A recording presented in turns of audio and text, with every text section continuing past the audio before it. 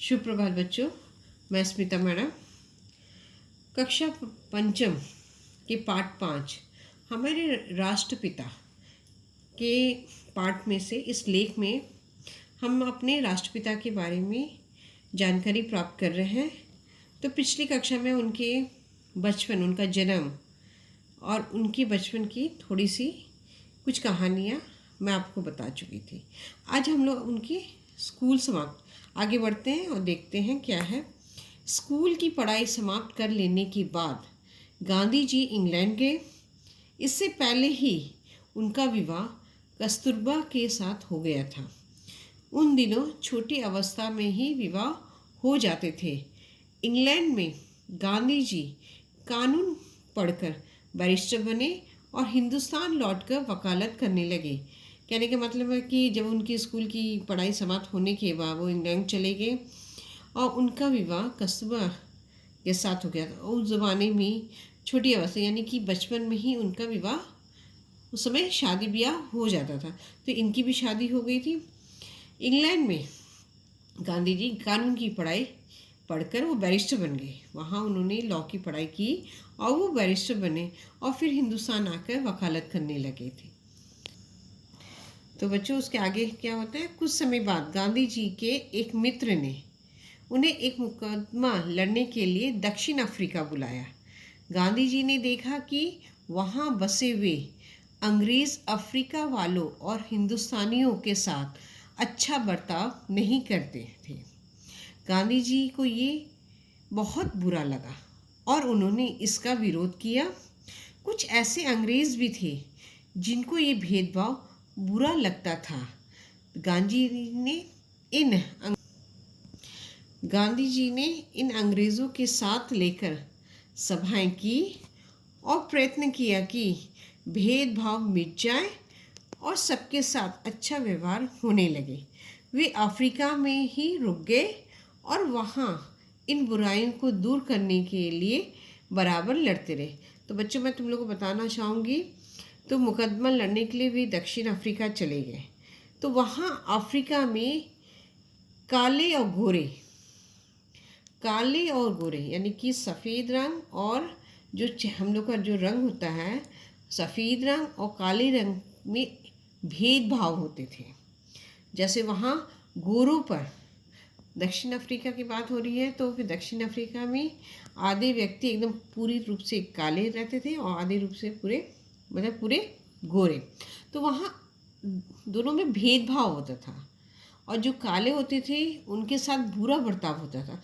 तो उसमें हिंदुस्तानी लोग भी शामिल होते थे। तो इसीलिए उनके एक मित्र ने इस पर केस करने के लिए, उनका मुकदमा लड़ने के लिए गांधी जी को अफ्रीका बुलाया।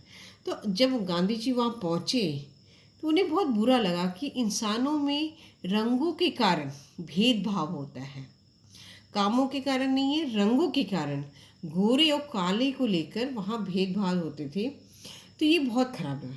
तो लेकिन कुछ सारे व्यक्ति वैसे नहीं थे, तो कुछ व्यक्ति थे। तो अंग्रेज़ों में भी इसका बहुत समर्थन था कि नहीं, ये अच्छी बात नहीं है, हमें रंग का लेकर भेदभाव नहीं करना चाहिए। तो उन्होंने क्या किया, गांधी जी ने तो उन अंग्रेज़ों के साथ लेकर सभाएं की और प्रयत्न किया कि ये भेदभाव मिट जाए, यानी गोरे काले का भेदभाव मिट जाए, सबके साथ अच्छा व्यवहार होने लगे। मतलब सब इंसान हैं, सब अच्छी तरह कार्य करें और सब मिलकर रहें। तो वे अफ्रीका में ही रुक गए और इन बुराइयों को दूर करने के लिए वो बराबर लड़ते रहे। यानी कि अब ये महात्मा गांधी जी वहीं रह गए और मुकदमा लड़ने के लिए ये उन लोग के साथ रह के वहीं रहने लगे। फिर आगे चले।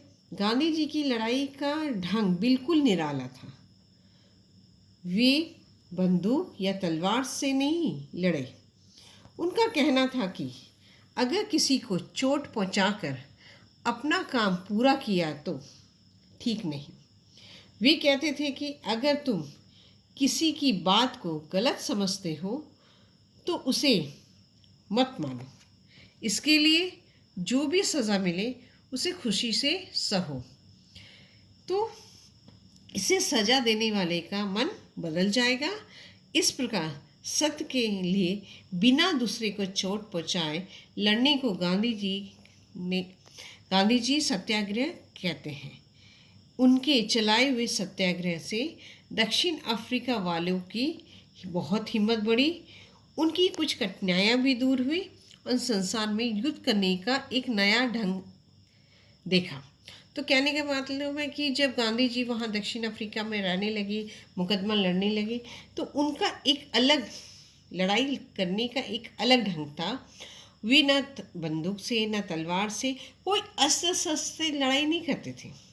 उनका कहना था अगर किसी को चोट पहुँचाना है, यानी कि उनको हमें अपनी बात को मनवाना है, तो उसमें हम मार पिटाई करके यानी हिंसा करके हम अपनी काम को नहीं करवा सकते हैं।